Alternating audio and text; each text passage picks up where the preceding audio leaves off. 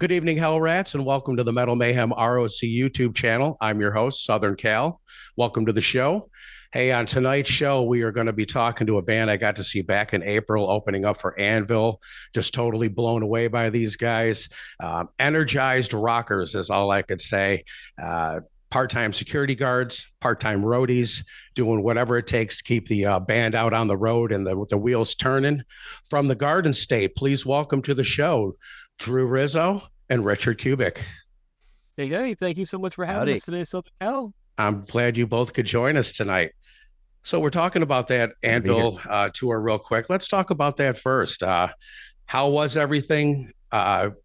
Portioning out the job duties, let's say, for the Drew, you said you had security. Rich, you were running the merch table, and tell us all about that. I mean, I even saw, I believe it was Drew and your guitarist. Is he still with you? I don't know, because he was at the time. Jeff had come in from Toronto, right?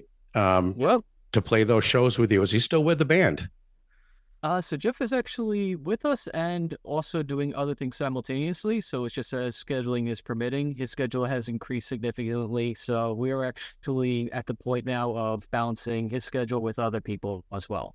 Oh, so he's an open door policy, 100% of like, okay, who can do this tour type of thing. Oh, great. He was a great guitarist. It was real fun. I had saw Rich and him outside after the show and got a chance to get some pictures and everything, fanboy and all that stuff. So that tour ended in April. Is that correct? It was actually May 13th was the last show for that one. All right. That ended in Michigan. Well, it was a nice little 6-week run with Anvil on this tour. It was tremendous. We had a great time with them. We did a tour with them in 2022 as well, and we hit it off so well that we got invited to do it again with them for 2023. It's like it was old friends coming back together and hanging out and having a great time every single time. I had a chance to first meet Anvil back in, I believe it was probably 1986. The Vernomatic, my engineer, he was going to school up there, and he knew somebody who knew somebody, and we got to meet him and all that. And we've interviewed Lips a couple of times. Just a bunch of great rockers, still true to the metal and doing their thing, obviously. Absolutely. Well, let's talk about the canceled UDO dates. That was a big hype going around. Great to see that and this and that. And then all of a sudden, boom, the typical logistics of touring right now with lack of buses, lack of trucks, lack of staff. And it kind of sucks because there's so many bands that want to get out there on the road. So tell us about that canceled dates, and are there plans for any new dates? So unfortunately, the rug definitely got pulled out from underneath everybody at the last moment for that. So in hindsight, it's a good thing because it's been postponed to September of 2024. We're going to be starting in Jersey again. It's pretty much the same routing as last time with the exception of Oklahoma City and one date in Ohio, unfortunately. So we're going to be looking to make them up one way or another, whether it's with UDO or on our own. But we were looking at the weather for everywhere. It's like, oh man, it's going to be a blizzard, and we would have been here right at this moment. It's like, you know what? It's a silver lining, a blessing in disguise that it got postponed to the fall. Are you guys supposed to be in? Go ahead, Rich. What? Go ahead, Rich. Yeah, I think it was the day we were supposed to be in. What was it? Going through Iowa or going through Wisconsin? There was like 4 feet of snow on the ground. No, see, I'm down here in Florida. Are you guys in Jersey right now? Yep. Yeah. Getting that? Got any snow? At all so far? None, really.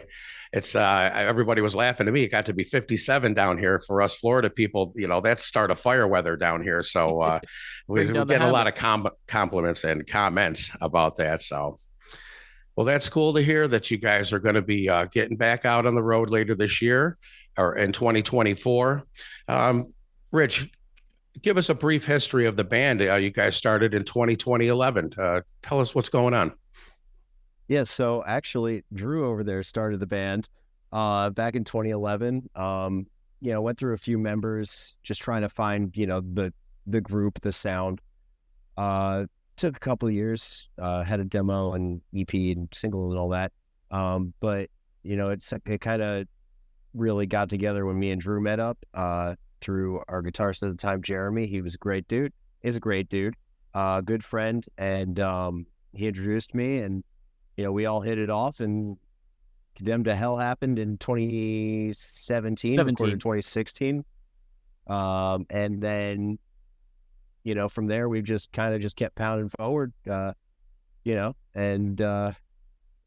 here we are, 2 tours with ANVIL, and, multiple other tours as well. And we're just keeping going, man. So it's like with Condemned to Hell, we kind of found the group, and then I think with Kingdom Immortal here, we found kind of the sound that we've all been striving for, just trying to play the stuff that we want to play. You know what I mean? It's a great sound, and we're going to get back to that. But Drew, give me your take on your beginnings there and how it all came together. Well, Rich did a great summary on it for sure. But basically, the band was formed in the mindset of, it'd be cool to do something like kind of like a rainbow type of band. Like have a keyboardist, have a guitarist, 5-piecer. Obviously, that didn't happen because we've been a trio almost since the beginning. So it would have been cool to have keys going in there, but it was always just, what? We got to write music from the heart. We write what we want to do, play what we want to play. No pigeonholing. It's like, okay, that was always the problem too. Are you a death band? Are you a thrash band? Are you heavy metal? Are you punk? Whatever. Like, who cares? Let's have fun. Let's write from the heart. And if we enjoy it, others will hopefully too. So with regards to the early days, we did some touring. We did an EP, demo as well, single. So we had some material out there, but basically once Rich came in, that was like, okay, this is the sound. I finally found somebody that is sharing the vision of where we need to take this. And we didn't really do too much of the long haul touring beforehand. I mean, I think the furthest state from Jersey we did was Chicago. So we did one off with Grim Reaper and Riot, which was, to be quite honest, it was a dream come true, that show, because Nick Bocott was there. It was Grim Reaper's first show in the States since 1987. So that I thought I'd never see. Now I'm sharing a festival bill. Was like, this is incredible. That's awesome. That's awesome. Yeah. Once we did the, pretty much shortly after that was when everything started going in a different direction. Got Jeremy in the band, and through Jeremy met Rich, and then we started in full speed ahead on Condemned to Hell. For Kingdom Immortal, we were very fortunate to be able to work with Alex Perialis up in Ithaca, New York, at Pyramid Sound. Yeah, it was a lot of fun with him, man. Oh yeah, and it was one of those of what sound do we want for this record? Because really, looking at all my albums as a kid, one name always came to mind. Like, okay, what's the best sound? It always like, oh yeah, Overkill Taking Over, SOD, Speak English or Die, stuff like that. It's like, name on the back, Alex Perialis. And so of course, see if we can get in there. Those bands, along with Raven and a few other bands, all have recorded at Pyramid Sound Studios there in Ithaca. I grew up in Rochester, New York. So that was, we had what we would have would be like Ravens playing. And then you look over and there's Dee Dee Verney and Rat Skates because they're down there in Pyramid recording, and they heard, hey, Raven's playing up in Rochester. So they hop in the car. And so it was always something like that. If some people were down there recording, it's a great studio down there. Did you guys enjoy it as compared to any other studios you've been in? I would say it was the dream situation, all things considered, because we did want to work in a studio where we'd basically be able to live there. And that's what we were able to do, where we were working for about 14 hours a day, live around the corner from there. So it was like literally no distractions at all. Just go in, record. Whereas before it was always available we're recording depending on everybody's schedules. So we might do guitars in November, and then there's not an opening again until March. Then we can go in and do vocals. We're like, no, this is 6 days. 6 days we go in, we bang out the record, and we're done. Yeah, hammer it right out. Yep, oh, indeed. Yeah. It's like, what was it, like 10 a.m. to 11 at night some days? 2 a.m. Oh, yeah, there was that one. Whatever it takes to get the music out and the metal there. What was you mentioned the producer? What was his name again? Alex Perialis. And I'm sure I recognize that name, and I'm sure he's worked with a lot of other bands. I think Overkill, if I'm not mistaken, on that. He did the first 3 with them, as well as I Hear Black. He did Testament's first 3 records, Carnivore's Retaliation. He did the CD mastering of Kill 'Em All. Try to think of what else off the top of my head with this one. Couple Anthrax records. Tons of Anthrax records. I'm sorry, what'd you say, Rich? I said couple Anthrax records. Oh, yeah. Yeah, that studio was like the East Coast thrash studio, let's say, as Morrisound down in Tampa is for the death metal. Everybody wanted, if you were a death metal band, that's where you wanted to record. And Pyramid is a great studio. Oh, yeah. That's cool. Let's talk a little bit about the Kingdom Immortal album. That's the tour that we saw. Some great songs on there. There you go, right there. Phantom Land, She Demon. One of my favorite was Rapscallion. It was just, Rich, you're right out in front, just like kicking the faces in of everybody with the metal. It was, thank you, man. I think that was like the biggest thing that drew me into, like, I was just like, I'm probably was in the back a little bit. I try to hang out in the back. I'm 55. I can't get in that pit and shit like that no more. So I made my way up closer and started getting some pictures, and I could literally just feel the energy coming off the band. Each member, Drew, you're pounding on the skins. And I told you that guitarist Jeff was just shredding away. And here's Rich up front playing sick bass. I play a little bass myself, and just killing us with the vocals. So talk about some of these songs. That Phantom Land, again, a great song. How'd that come about? Phantom Land, that's actually, I think it's time to reveal its origins. Yeah, I think it's been long enough, Drew. I think you got to spill the beans. All right. So it was very lyrically inspired by Nosferatu, the silent movie. Okay. From 1921, 22. A big influence on James Rivera of Hellstar. Nice. Oh, yeah. Absolutely. Yeah, that's a great record, the Nosferatu one. But yeah, so that was with that, and the riff itself was one of those things, like Rich and I basically were the primary songwriters. Sometimes one of us will come in with a complete song. Sometimes we just go in together and come out with things. Like basically our writing sessions come about with two of us getting together in a room, guitars only, no amps, no drums, no bass, just little practice amps. And we just riff together. And so what we had ended up doing was we came out with a bunch of riffs, and a couple of them were used in Phantom Land. So brought them home and I was arranging everything in Guitar Pro, and all of a sudden all these riffs just started coming to me as I was inputting everything into the tablet chart that we'd even come up with. Like, holy crap, I feel possessed. It's like it just came naturally. This is pretty cool. The metal gods are in town here. Indeed. Yeah. But that one was definitely one of the riffs in there was 100%. I was really listening to a lot of pop music at that point, as well as old rock and roll. Like Tom Petty was something I was spinning on rotation. That Michael Schenker group, a lot of 80s pop in general too. It was like, okay, yeah, the song "Refugee" by Tom Petty. It's like that was just like stuck in my head as I was doing that one. That's as being a kid, that was got a lot of airplay on the radio, and of course I used to sing along to that. I thought that was so hard back then, and all that stuff. So, you mentioned just guitars. Do you also play guitar, Drew? Oh, yes. And Rich, do you play guitar too? He's a lot better at it than I am. I am solidly a rhythm guitarist. Drew can even do some leads every now and again if he wants to. That's how I find myself. And that's why I probably went back to playing the bass. It was just, soloing and all that is so beyond me. So, being the bass player, Rich, and the drummer, Drew, your relationship, obviously the bass and drums, it's the bottom end of everything. It's the beat, the backbone of the band and everything. You guys worked well together. I think all the songs blend very well together. Let's talk about the drum bass relationship between you guys. Go ahead, Rich. We've been really fortunate where most bands don't really have a lot of opportunities to just have rehearsals with just the rhythm section. And we've been blessed because we've had tons of rehearsals in that aspect.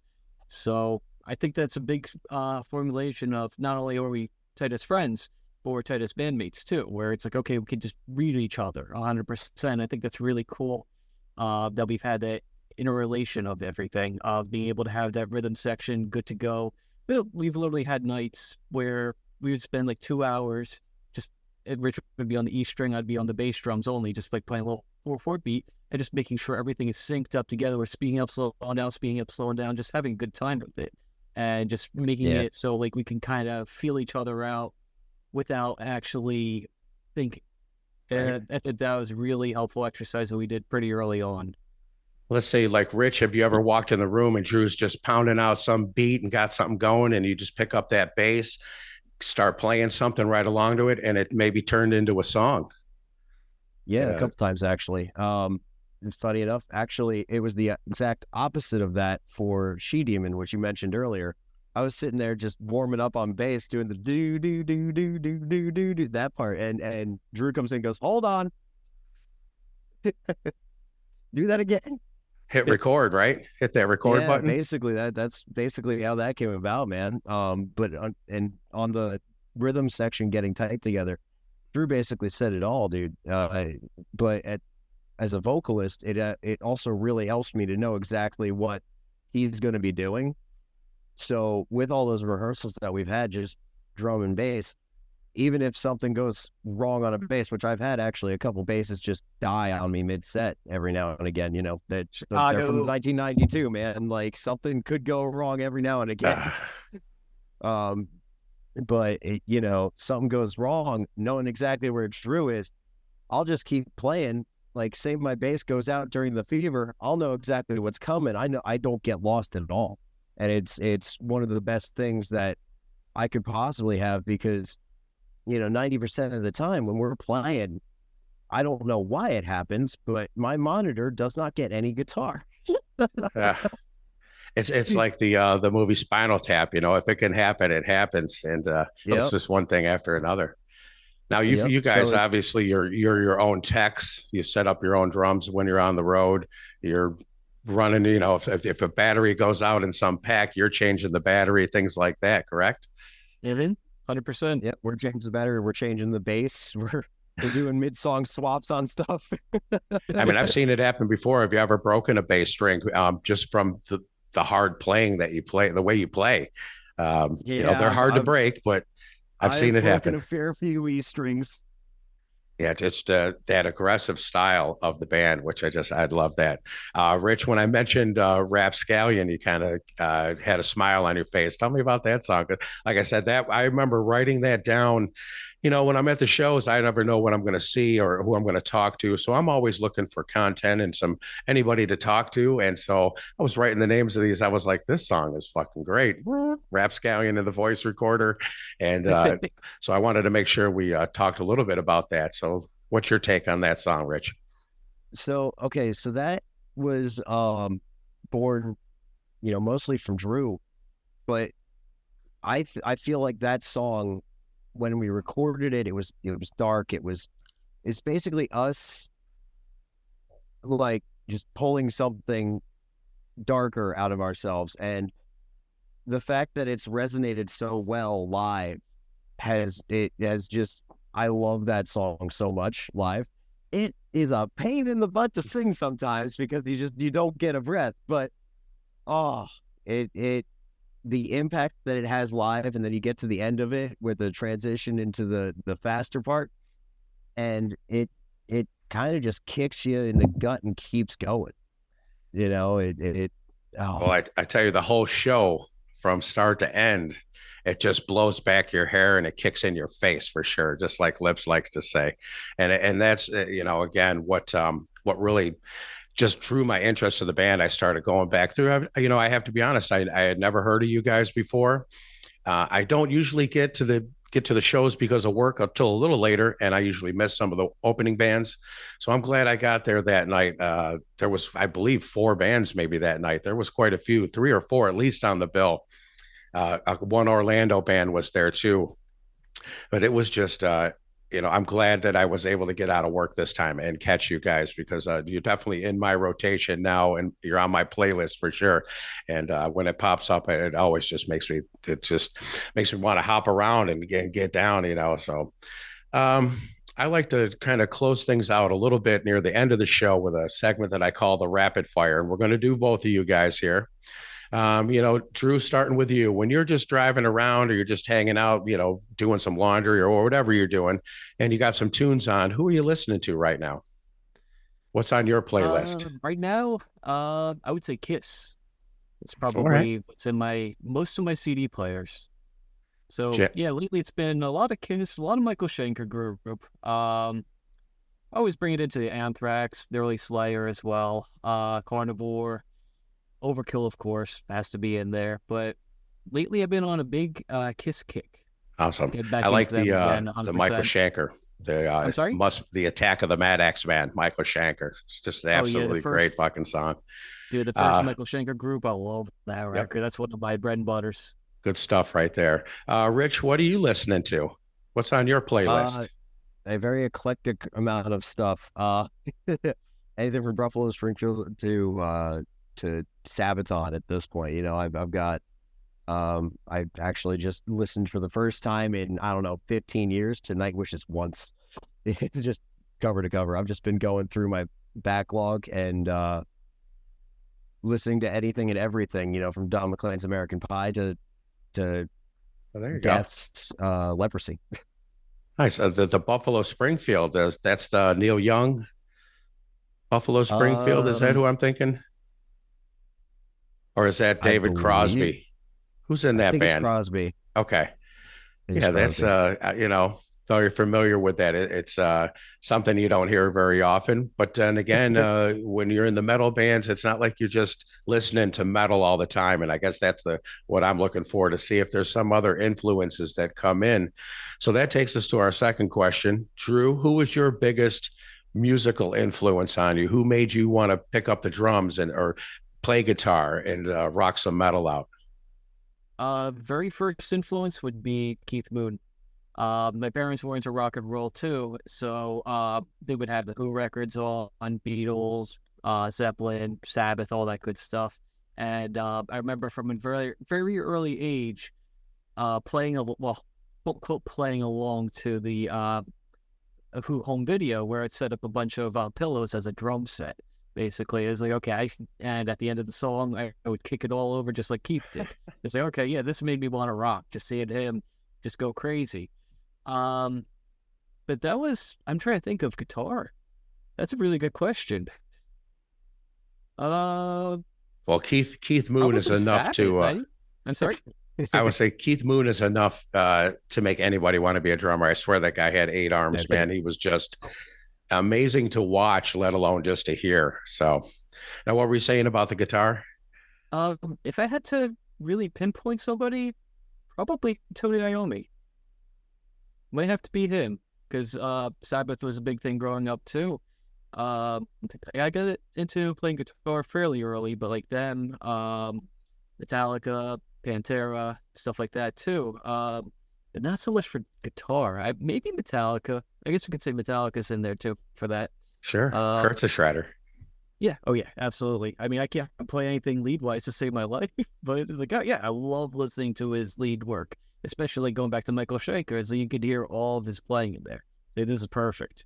Metal Mhm. Mayhem just had the opportunity to do an interview with him, and they were showing old pictures from when they recorded Kill 'Em All in Rochester, New York, from Music America Studios. There's this killer pictures on there. And he talks about one of his guitars, that Black Flying V. And he's like, when I see that, I'm amazed at how new it looks. He goes, it was 4 years old at the time. He still has it. And obviously, it's had the shit kicked out of it. So, Rich, how about your? Tell me about the bass you play and what was your influences? So right now I'm playing a pair of Washburns. The MB4s from '92. They sound amazing and they look great. So I'm playing those. But my main influence to even start playing the bass would be Steve Harris. I heard the bass line to Run to the Hills, and it was kind of like, okay, here we go. But singing wise, I'd have to say it's a combination of Don McLean and Meatloaf. Don McLean's got But a great voice, that classic American Pie stuff, and that yeah, again, a lot of radio play in the '70s. So driving around, that you heard all those all the time. That's awesome. The Washburn bass, yes. I don't see a lot of Washburn basses out there, people playing them, but what a great sound they had. It's not anything that gets lost in transition or translation or anything. It's right out in there, and they do have great sound. So that's a Oh yeah. kudos to the Washburns right there. That's awesome. Yeah. Drew, we'll go to you again. If you could have any other occupation, a second, not a second occupation, but if you were going to be anything but a drummer in a band, what would it be? Probably a concert promoter. All right. Yeah, I've done some on the side. I've set up shows and everything like that too. But it'd be fun to just do it 100% from that angle as well. Little Bill Graham right there. Yep. That's awesome. Rich, how about you? Honestly, I'd like to be working like Alex does up at Pyramid Sound. I'd love to be recording and doing stuff like that. But at the same time, roadieing wouldn't be a bad thing either, man. Like that's you get to see the country anyway. You get to, get to see shows every night, so it's not that bad of a gig. Right, a little work, and the drive in between the shows, not bad. Mm-hmm. All right, well, hey guys, tell us about if somebody wants to find out any more information about Midnight Hellion. Tell us about your media outlets and where we can find to get some merch or anything Midnight Hellion involved. So everything's available at midnighthellion.com, MIDNITE. I don't know if that's going to show up and pull it back just a little bit. Shirt. It's on the shirt. Yeah. Yeah, and try to see the website, MIDNITEHELLION.com. So we have that there. We have midnighthellion.bandcamp.com for all of our merchandise. There's a link to it directly from the website as well. We've got shirts up. We've got CDs, records, patches, neck braces, all that fun. We're all over the interweb as well, too, through YouTube, Spotify, all that fun. We actually do have some cool things coming up very, very, very soon with Kingdom Immortal, so definitely keep an eye out for more details coming soon. All right, definitely keep that an eye out. And you mentioned again, just so everybody knows, these UDO dates have been rescheduled to, you said August 2024? I'm sorry, September 2024. So September 2024. Yep. We're starting on the 6th of September. We're running through the 12th of October. We're doing cross country starting in Jersey, going up to New England for a little bit, and then PA, Louisiana, then coming through Texas, all the way to California, and then we're coming back. So it's going to be a nice little run. Oh, we're also doing our first Canadian run as well. So we're going to be, I'm actually looking at the dates as we speak. We're going to be Ottawa, Montreal, and Toronto this year, or next year rather. So it's going to be a lot of fun finally going to tour there. But we are looking to come back to Florida because we love Florida, and we definitely need to come out there before we go on the run with UDO. So that would be awesome back in the spring. And I have the Conduit where you guys played in Orlando and Winter Park is run, and he's also a promoter. He has like 3 clubs down there, 2 in Orlando, a couple over in Tampa. He's a big time, let's say he's a big promoter in the area. He's always supporting the metal bands. We just had some death metal come through town. So, if you guys are looking to do something or get on some bills, obviously I could hook you up with his number when we get off mic here. Just a great guy. Peter Olin was his name. I don't know if you had the chance to meet him when you were in Orlando, but just a great guy. And he redid that club. It's so different now. It used to be the bar took up so much space and there was nowhere to rock in that place. So he cut all that shit out, and now it's great sound. He's going to be doing a little bit more with things there. And so, yeah, if you guys could swing back through, definitely hit us up. It would be great to see you. Maybe we could bring the interface on the road with us and have a little chat live from the show, a little on the road with Metal Mayhem or something like that. So that's awesome. Well, guys, I want to thank you. You're on my new band, let's say over the last 2 years. I'm always looking for something new because I can only listen to the stuff that was made in the 80s. It's never going to change. It's always the same. So you're looking for new metal, new stuff that just, gets you flowing, gets that blood flowing. Midnight Hellion. Check them out. They are the band. Just these guys will just knock you out. It was awesome. And I want to thank you both. Rich, thanks for coming in. Drew, thank you for stopping by. I appreciate it very much. Thank you so much for having us. Awesome. Well, for Metal Mayhem ROC YouTube channel, I'm Southern Cal. Metal for life. Thank you for listening to Metal Mayhem ROC. Check out our website at metalmayhemroc.com for information on podcasts, archives, links to all our live radio shows, and all sorts of info. Please like, follow, and share with everyone, even your non-metal friends. And always remember to keep it heavy.